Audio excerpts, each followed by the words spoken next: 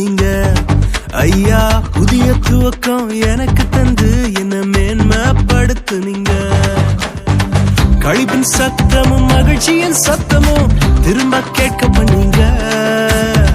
துதியும் பாடலும் நாவல வச்சு என்ன மகிழ செஞ்சீங்க.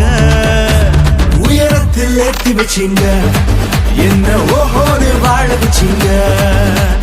உயரத்தில் ஏற்றி வச்சீங்க, என்ன ஓஹோன்னு